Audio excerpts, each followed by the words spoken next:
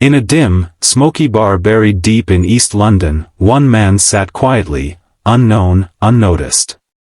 But when a bully tried to humiliate a helpless stranger, that quiet man stood up. What no one knew was that the man in the leather jacket was Jason Statham. And what followed would become legend. The bar was a relic, tucked in a forgotten corner of East London, its neon sign flickering like a dying pulse. The air inside was thick with the scent of stale beer, cigarette smoke, and the low hum of conversations that danced between laughter and hushed secrets. Dim lights cast long shadows across the worn wooden tables, and the jukebox in the corner churned out a gritty rendition of an old rock tune. At a corner table, Jason Statham sat alone, his sharp eyes scanning the room over the rim of a half-empty pint. He wasn't here for trouble, just a rare night to blend into the crowd, to be a ghost in a city that never slept. But trouble, as it often did, had a way of finding him. Jason's leather jacket hung loosely over his frame, his posture relaxed but coiled, like a spring waiting to snap. He sipped his beer, his gaze drifting across the bar's eclectic patrons, a group of rowdy uni students, a couple whispering sweet nothings, and a lone bartender wiping down glasses with the weariness of a man who'd seen it all. The night felt ordinary, almost peaceful, until it wasn't. The first sign of discord came with a loud, guttural laugh from the far end of the bar. A burly man, easily 6'4" and built like a brick wall, loomed over a smaller patron, a wiry guy in his late 20s with glasses and a nervous smile. The big man, sporting a shaved head and a scar that ran from his ear to his jaw, slammed a meaty fist on the counter, making the glasses rattle. "You think you're clever, mate?" he bellowed, his voice cutting through the bar's chatter like a knife. "Spillin' my drink and actin' like you own the place." The smaller man stammered, his hands raised in a placating gesture. I didn't mean to, honest. It was an accident." His voice trembled, and the crowd began to quiet, eyes darting toward the brewing storm. The bartender paused, rag in hand, but made no move to intervene. No one did. The air grew heavy, charged with the unspoken rule of the streets: don't get involved unless you're ready to bleed. Jason's eyes narrowed, his fingers tightening slightly around his glass. He wasn't one for heroics, not unless the situation demanded it. But he'd seen men like this before, bullies who fed on fear, who mistook silence for weakness. The burly man leaned closer to his target, his voice dropping to a menacing growl. "You're gonna buy me a new pint, and you're gonna apologize proper like, or I'll rearrange that pretty face of yours." The smaller man's face paled, but something flickered in his eyes, defiance, maybe, or desperation. "I said I'm sorry," he muttered, his voice barely audible. "I don't want trouble." "Trouble." The bully laughed, a cruel sound that echoed through the bar. He grabbed the smaller man by the collar, yanking him forward. "You're already in it." The crowd held its breath, the tension now a living thing, wrapping around the room like a noose. Jason set his glass down with a soft clink, his movements deliberate. He'd seen enough. The bully's bravado was a mask, his eyes darted too quickly, his shoulders too tense. He was strong, sure, but he was posturing, compensating for something. Jason had faced men like this in darker corners of the world, men who crumbled when their bluff was called. He rose from his seat, his presence cutting through the room like a blade. "Oi," Jason said, his voice low but carrying the weight of authority. Every head turned. The bully froze, his grip still on the smaller man's collar, but his eyes flicked toward Jason, sizing him up. The room seemed to shrink, the air crackling with anticipation. "What's that, mate?" The bully sneered, releasing his victim and turning to face Jason. "You got something to say?" Jason stepped forward, his boots scuffing softly against the sticky floor. He was shorter than the bully, leaner, but there was something in his stance, unyielding, almost predatory, that made the bigger man hesitate. "Yeah," Jason said, his tone calm but laced with steel. "I say you're picking on the wrong bloke. Let it go." The bully laughed, but it was forced, a crack in his facade. "You think you're tough, sitting there all quiet. This ain't your fight." Jason tilted his head, his eyes locking onto the bully's. "It's not about me. It's about you making a fool of yourself in front of all these people. Walk away, or I'll make you." The crowd murmured, a mix of awe and apprehension. The smaller man, still clutching the bar counter, looked at Jason with a mix of gratitude and fear. The bully's face twisted, his pride wounded. He stepped closer, towering over Jason, his fists clenching. "You've got a death wish, mate. Jason didn't flinch. "Try me." What happened next was a blur, a symphony of chaos that unfolded in seconds but felt like an eternity. The bully swung a meaty fist, aiming for Jason's jaw, but Jason was already moving, fluid, precise, like a dancer who'd choreographed this fight 1,000 times. He sidestepped, grabbing the bully's wrist and twisting it in a single, brutal motion. The big man grunted in pain, his momentum carrying him forward as Jason used his own weight against him, slamming him face first into the bar counter. The impact rattled the glasses, and the crowd gasped.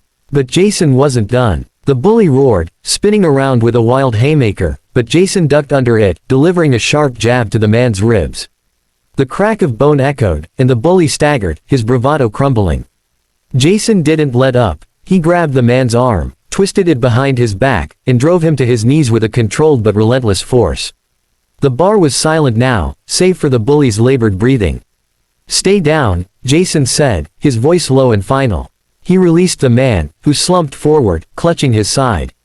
The crowd stared, wide-eyed, as if they'd just witnessed a myth come to life. The smaller man, still trembling, stepped forward.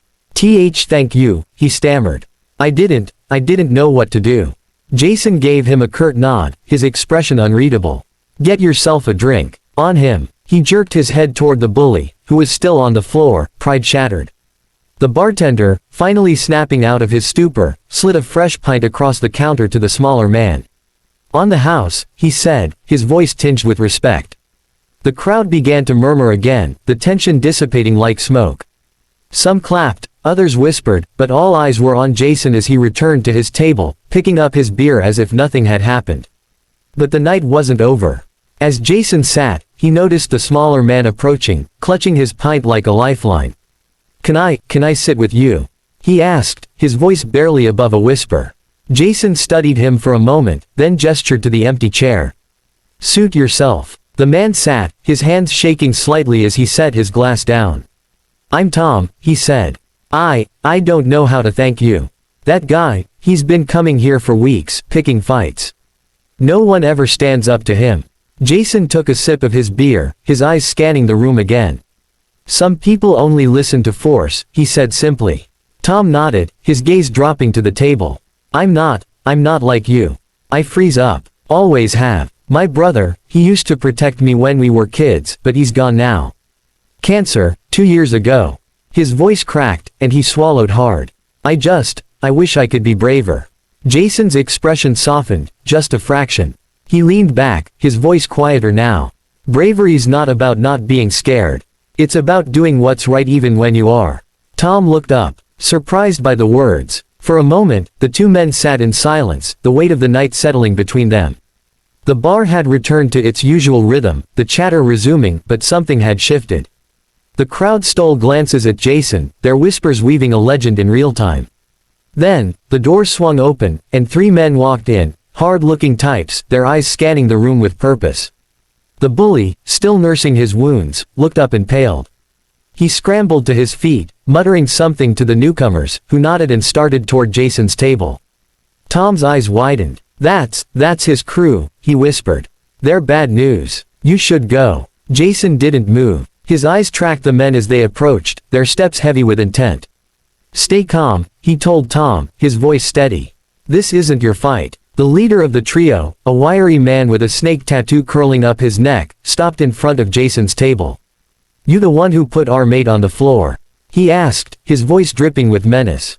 Jason met his gaze, unflinching. "He started it. I finished it." The man smirked, but there was no humor in it. "You've got balls, I'll give you that. But you just made a big mistake." The other 2 men flanked him, their hands hovering near their belts, where Jason's trained eye caught the glint of concealed blades. The crowd sensed the shift, conversations dying as fear rippled through the room again. Tom shrank back in his chair, his earlier gratitude replaced by terror. Jason stood slowly, his movements deliberate. "You've got 2 choices," he said, his voice a low growl. "Walk away, or end up like your mate." The leader laughed, but it was hollow. 3 against 1. You're out of your league, tough guy. Jason's lips twitched, almost a smile.